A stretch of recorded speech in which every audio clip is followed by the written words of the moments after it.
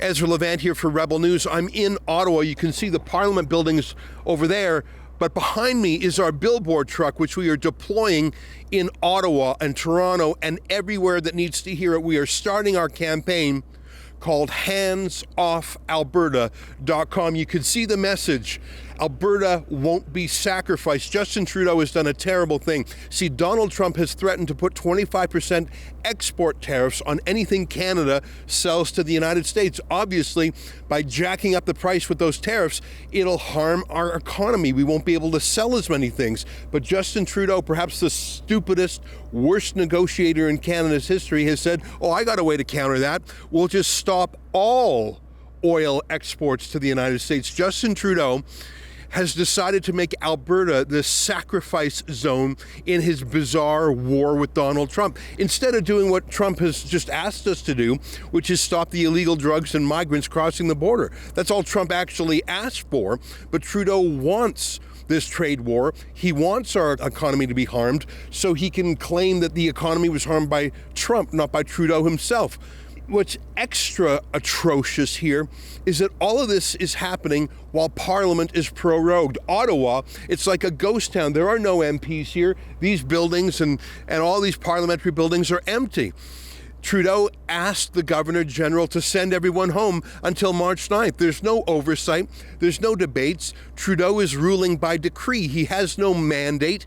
He's a lame duck who will be out of office on March 9th. You know, in a way, this is like what his father, Pierre Trudeau, did in 1980. You might remember, if you're my vintage, that Pierre Trudeau lost the election in 1979, and then he came back in 1980. And it was his last term. And so he did all his dirty work in that last term, including bringing in the National Energy Program, a massive attack on Alberta's oil industry that flattened that province, tripled unemployment, and set back Canada's economy by a decade. My colleagues in the government and I have come reluctantly to believe that the price of oil in Canada must go up. Justin Trudeau is doing the same thing. No mandate, the last dying days of his career. It's absolutely atrocious. And we have to let the entire country know that is unacceptable. You know, Donald Trump says, hey, Canada, join the U.S. as the 51st state. And a lot of Canadians were rankled by that. Well, Justin Trudeau is positively lighting a fire on national unity. If he makes Alberta the punching bag for his own inability to negotiate with Trump, if he punishes Alberta, if he destroys that industry, he will light the fire of Western separatism. Danielle Smith is actually acting like the grown-up here. She's the one in Washington trying to negotiate our way out of this while Trudeau pours kerosene on the flames. If you support our billboard campaign, help me out by going to handsoffalberta.com. Sign the petition. Now, I know Justin Trudeau is impervious to these petitions, and he's out of office on March 9th anyways. But we have to do two things. Number one, we have to show Danielle Smith that the whole country does not support burning Alberta because Trudeau is in a feud with Trump. And second of all, to tell whoever the successor to Trudeau is, whether that's Mark Carney or Chrystia Freeland or whoever, that that is not how you run a country. And it's outrageous, by the way, that some of the other premiers are behind this.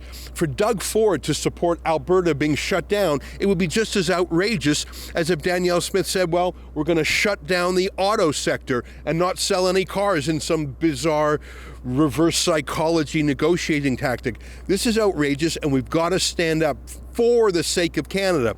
The real Team Canada approach would be to develop other markets, to have a smarter prime minister who didn't antagonize the United States by refusing to fix our border. Team Canada for oil and gas means building pipelines so we can actually export our energy to other customers like Germany and Japan and Korea who have asked for it. You know, in a way, I think this is Justin Trudeau's way of ending the energy industry. You know, he's had a war against oil and gas since his first day in office, between the carbon tax and banning pipelines and Stephen Guilbeault's bizarre hatred for the oil patch. He's actually using Donald Trump as an excuse to put the oil patch out of business once and for all. We've got to stop him. You've got to join me. Go to handsoffalberta.com. Sign the petition. If you can chip in a few dollars to keep this truck on the road, please do.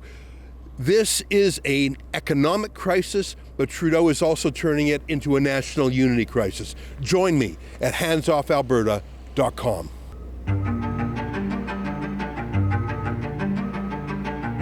But we're all part of Team Canada, because what happens to any part of us happens to all of us, and we will be there to respond strongly, to fight for Canada, and to do it in a united way that makes sure that it's fair across all industries, across all regions. Oil and gas is owned by the provinces, principally Alberta, and we won't stand for that. And you should never, ever threaten something you cannot do.